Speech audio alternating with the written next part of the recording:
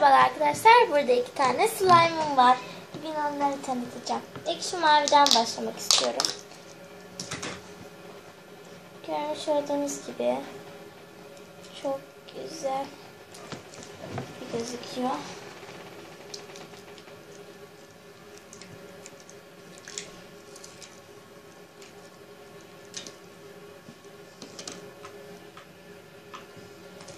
Harika bir şeye sahip.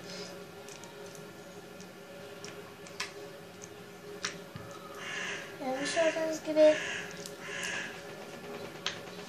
böyle ilk defa slime videosu yapıyorum ve çok heyecanlıyım doğrusu.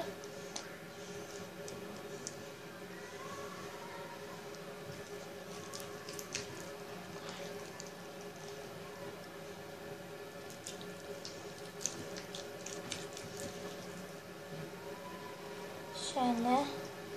Biz bunları kırtasiyeden aldık Hilal'le arkadaşlar.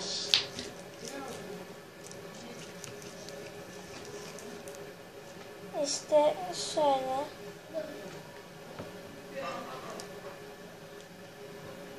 Böyle.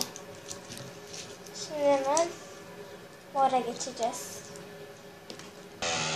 Evet arkadaşlar. Hemen şu mor slime'ımı da açıyorum. Çok güzel. Bu aslında tam kıvamında istediğim gibi bir şey olmuş. Mavi pek öyle değil. Yani mavi pek öyle istediğim gibi olmamış. Şöyle görüyorsunuz. Ama bu simli arkadaşlar. Şöyle.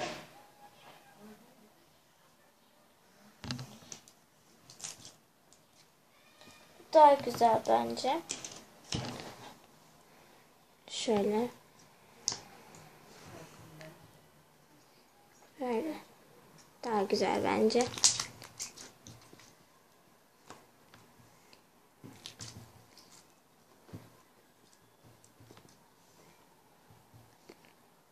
Böyle. Çok güzel. İyi slime. Görüşürüz. Öbür videolarımdan haberdar olmak için Serra Türkçe kanalına abone olmayı unutmayın.